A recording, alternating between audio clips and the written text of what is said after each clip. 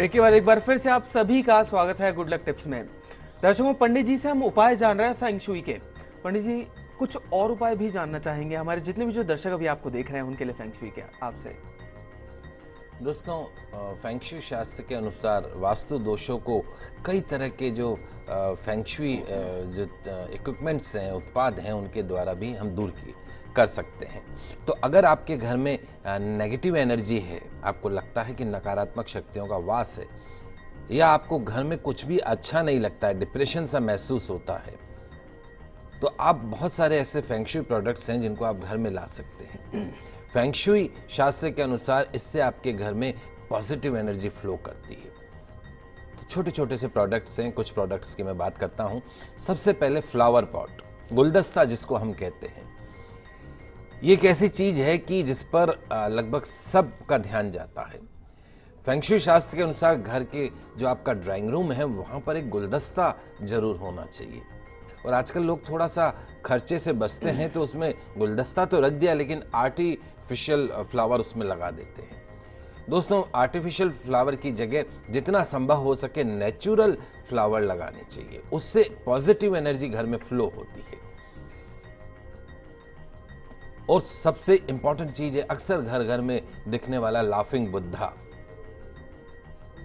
घर में अगर धन आता रहता है और जाता रहता है, तो उस जाते हुए धन को, आता हुआ तो अच्छा लगता है, लेकिन उस जाते हुए धन को रोकने के लिए कंधे के ऊपर पोटली या थैला लटकाए हुए लाफिंग बुद्धा की जो मूर्ति है वो सहायक सिद्ध होती है। और इस तरीके से उसकी प्लेसिंग होनी चाहिए कि उसका मुख जो है वो मुख्य द्वार, घर में जो आप मेन एंट्री करते हैं अपने, उस द्वार की तरफ होना चाहिए। किचन, टॉयलेट या बाथरूम में कभी भी लाफिंग बुद्धा नहीं रखना चाहिए। तीसरा जो आइटम है वो होता है, जो अक्सर देखते हैं हम, 3 टांगों वाला मेंढक।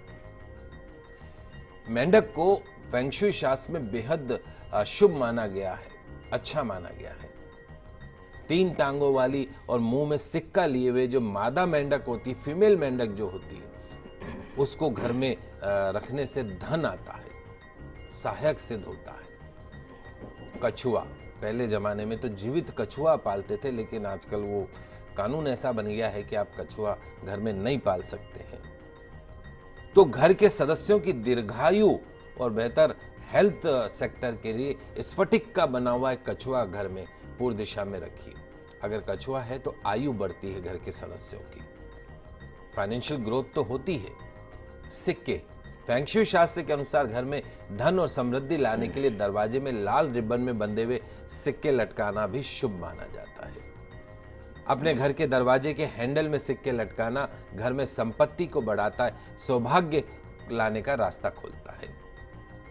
इसके लिए आप सिर्फ 3 सिक्कों का इस्तेमाल कीजिए और इस तरह लगाएं कि सिक्के घर के अंदर की तरफ दिखे, बाहर की तरफ ना दिखे। गमले, अक्सर गमलों को हम गार्डन, रूफटॉप गार्डन है या और भी घर के अंदर छोटे छोटे जो घर हैं, फ्लैट्स हैं, उनमें भी आजकल गमलों की प्रथा चल चुकी है। तो घर के प्रवेश द्वार के आजू बाजू में अच्छे फूलों वाले गमले रखना शुभ माना जाता है। हालांकि घर के सामने कांटेदार या नुकीली पत्तियों वाले पौधे कभी नहीं रखने चाहिए। और शास्त्र ये कहते हैं कि कोई भी पौधा, आपको क्या रखना है वहां पे, आपके घर के मुख्य द्वार के एक तरफ अगर आप केले का पौधा रख दें और एक तरफ यदि आप तुलसी का पौधा रखें, तो निश्चित तौर पे आपके घर में सुख, शांति, समृद्धि रहती। किसी भी तरह का वास्तु दोष आपके घर में प्रवेश नहीं कर सकता है। तंत्र मंत्र, टोना टोटका आपके घर में प्रवेश नहीं कर सकता है। चित्रों के बारे में, जो पेंटिंग्स के बारे में अक्सर कहा जाता है कि घर में मारकाट और हिंसा वाले चित्र कभी नहीं लगाने चाहिए। युद्ध की तैयारी दर्शाते हुए चित्र भी घर में कभी नहीं लगाने चाहिए। पंडित जी, लाफिंग बुद्धा के बारे में आपने बताया कि घर में धन संचय करने के लिए काफी इंपॉर्टेंट होता है लाफिंग बुद्धा, तो उसके बारे में कुछ विस्तार से जानना चाहेंगे हम आपसे। जी बिल्कुल, आइए अब विस्तार से बात करते हैं लाफिंग बुद्धा के बारे में।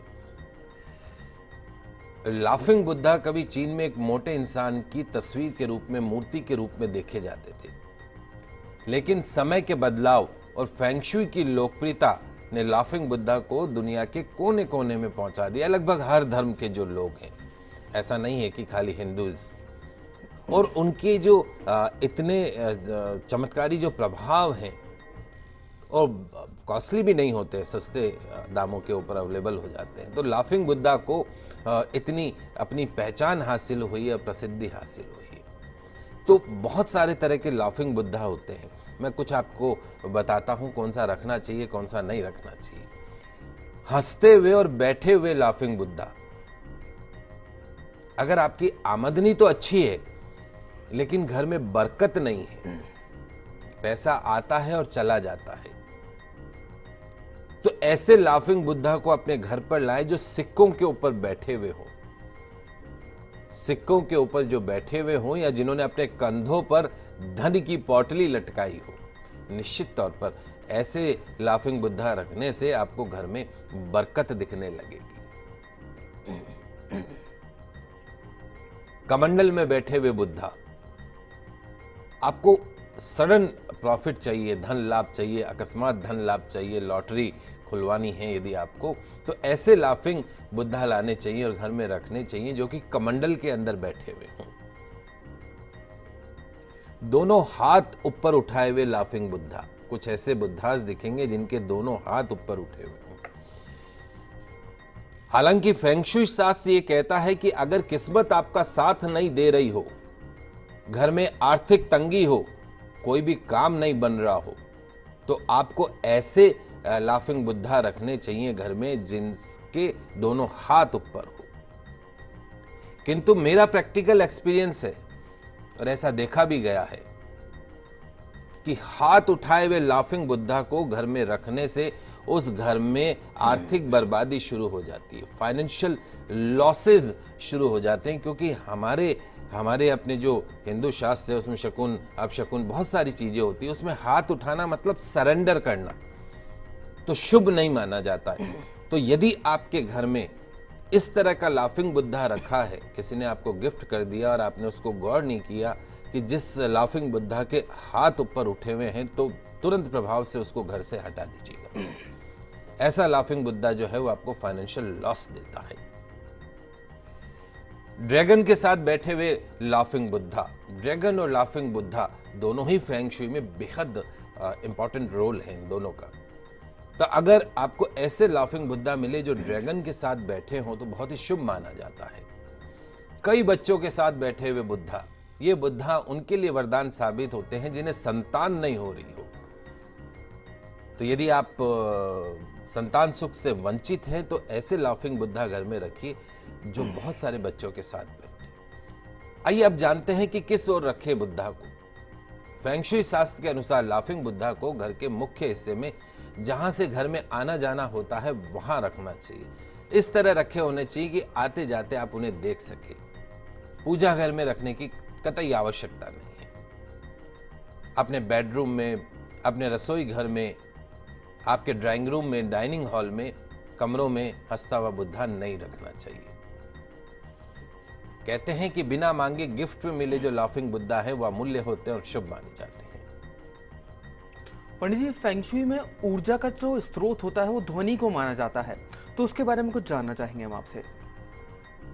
जी बिल्कुल, जैसा हमने बताया गया है कि फेंग शुई में ऊर्जा के जिन स्रोतों का वर्णन किया गया उसमें ध्वनि, आवाज बहुत अहम है। मान्यता यह है कि ध्वनि से उत्पन्न कंपन से हमारे आसपास ची नामक एक पॉजिटिव एनर्जी फ्लो करने लगती है। इसीलिए फेंग शुई शास्त्र के अंदर घंटियों को, विंड चाइम्स को बहुत इंपॉर्टेंट रोल दिया गया है। घंटियों को, विंड चाइम्स को ऐसी जगह पर रखना चाहिए जहां पर उन पर थोड़ी सी एनर्जी फ्लो करती हो, एयर फ्लो करती हो, ताकि उस एयर फ्लो में वो घंटियां बजने लगती हैं। विंड चाइम्स की बात करते हैं। हाल के सालों में विंड चाइम्स ने लोगों को, खासकर महिलाओं को सबसे ज्यादा प्रभावित किया है, आकर्षित किया है। अलग अलग पाइपों में आपस में जोड़कर बनाए गए यंत्र जो है वो गजब का है। जब पाइपें एक दूसरे से मिलती हैं तो एक मधुर ध्वनि उत्पन्न होती है। यूं तो बाजार के अंदर कई छड़ियों वाली विंड चाइम्स मिलती हैं जो सभी अच्छे सौभाग्य के लिए मानी जाती, जैसे 4 विंड चाइम्स वाली, 6, 7, 8 छड़ वाली, 9 छड़ वाली। शास्त्र ये कहते हैं कि अगर आपको बार बार डिप्रेशन का सामना करना पड़ रहा हो, घर के ड्राइंग रूम में सब एक जने एक साथ नहीं बैठ सकते हो, बैठते ही वाद विवाद शुरू हो जाता हो, तो ड्राइंग में 9 छड़ों वाली विंड चाइम्स लगाइए। निश्चित तौर पे वाद विवाद खत्म होगा, हर क्षेत्र में सफलता मिलेगी। ऐसा ही विंड चाइम्स यदि बेडरूम में लगाते हैं तो निश्चित तौर पे हस्बैंड वाइफ की जो रिलेशंस हैं उनके अंदर जबरदस्त सुधार दिखाई देता है। इसी तरीके से फेंग शुई शास्त्र में घंटी का भी रोल बताया गया है। जो पूजा में अपन घंटी बताते हैं वैसी ही घंटी, चीनी घंटियां बोलते हैं उनको। तो चीनी घंटियों का प्रयोग भी फेंग शुई के अनुसार घर के वास्तु दोष को दूर करता है और आपके घर के एटमॉस्फेयर में एक पॉजिटिव एनर्जी फ्लो करता है। धातु की बनी हुई होती, मेटल की बनी हुई होती और उन पर चीनी भाषाओं में कुछ लिखा हुआ भी होता है। इन ऐसी जो घंटियां हैं उसको घर के मुख्य द्वार पर लगाना शुभ माना जाता है। लाल फीता बांध दीजिए उसके ऊपर या रिबन बांध दीजिए तो और शुभ परिणाम देने लगती है। इसी तरीके से फेंग शुई के अनुसार मछलियों का भी विशेष महत्व होता है। मान्यता यह है कि मछलियां धन और संपत्ति लेकर आती हैं। मछलियों की उछल कूद देखने से ही मन को शांति मिलती है और अपने साथ जितनी भी आपके अपशकुन हैं उनको लेकर चली जाती है। हालांकि अगर जीवित मछलियां लाइव अगर फिशेस रखते हैं तो देखभाल की भी आवश्यकता होती है। फेंग शुई शास्त्र कहता है कि घर में अगर जिंदा मछलियां रखनी हो तो 8 सुनहरी और 1 काली मछली को मछली घर में रखना चाहिए फिश एक्वेरियम में। और अगर जगह की कमी हो तो आप 2 मछलियों को रख सकते हैं। एक्वेरियम को रखने के भी कुछ नियम है, जैसे इसे दरवाजे के पास या ठीक दरवाजे के सामने नहीं रखना चाहिए। घर की उत्तर पूर्व दिशा में या उत्तर दिशा में या पूर्व दिशा में रखना चाहिए, ईशान कोण में रखना चाहिए। और ध्यान रखिए अगर कोई मछली मर जाती है तो यह अपशकुन नहीं है, यह संदेश देता है कि मछली घर पर आने वाली आपदा को अपने साथ लेकर चलेगी। तो प्रेम की प्रतीक फेंग शुई मछलियां मानी जाती है। और अगर आपके घर में बड़ा एक्वेरियम रखने की जगह नहीं हो तो आप छोटा एक्वेरियम रख सकते हैं, प्यार का प्रतीक माना जाता है। साथ ही आप क्रिस्टल की बनावटी मछलियों का जोड़ा बेडरूम में रख सकते हैं ईशान कोण के अंदर। ऐसी फेंग शुई गोल्ड फिश आती है, फेंग शुई में गोल्ड फिश, इसको भी फेंग शुई के अनुसार सबसे ज्यादा पवित्र माना गया है, संपन्नता देने वाला माना गया है। ऐसा लगता है जैसे गोल्ड जैसी हो, सोने की प्रतीत होने वाली जो मछलियां हैं आपके जीवन में भी सोने के समान चमक बिखेर देती है। एरोवाना मछली, एरोवाना को सबसे शुभ मछली माना जाता है। ये जो मछली होती है अच्छे स्वास्थ्य को लेकर आती है, समृद्धि को लेकर आती है, सुख धन और शक्ति को लेकर आती है। फेंग शुई शास्त्र कहती है कि एरोवाना जो फिश है बुरी शक्तियों को हटा देती है। अगर आप जिंदा एरोवाना मछली ना पाल पाए तो आपको मुंह में सिक्का लिए हुए सुनहरी एरोवाना मछली की मूर्ति रखनी चाहिए। इससे भी आप घर के ईशान कोण में या ईस्ट या नॉर्थ वॉल पे रख सकते हैं। पौधे और हरियाली का वर्णन हर वास्तुशास्त्र में अलग अलग बताया गया है। ऐसे में फेंग शुई शास्त्र में भी पौधों से जुड़ी कई बातें बताई गई, जैसे घर में बांस का पौधा रखना, छोटे पौधे रखना, कांच में बने सौभाग्यशाली पौधे, मनी प्लांट इत्यादि। ये बड़े ही अलग अलग सेक्टर बताए गए हैं। प्लांट के बारे में भी आगे हम फिर अगले शनिवार को चर्चा करेंगे। तो दोस्तों उम्मीद करते हैं कि हमारे कार्यक्रम आपको बहुत पसंद आया होगा। पंडित जी हमारे स्टूडियो में आने के लिए और दर्शकों को इतनी महत्वपूर्ण जानकारी से अवगत कराने के लिए आपका बहुत बहुत शुक्रिया। आप सभी का आज का दिन मंगलमय हो, शुभ हो। जय श्री कृष्णा, जय माता की, जय श्री हरि। तो अगर आपकी भी कोई समस्या है जिसका आप समाधान जानना चाहते हैं हमसे तो आप भी हमें कॉल कर सकते हैं। आप हमें ईमेल भी कर सकते हैं। हमारा ईमेल आईडी है goodlucktips@firstindianews.com।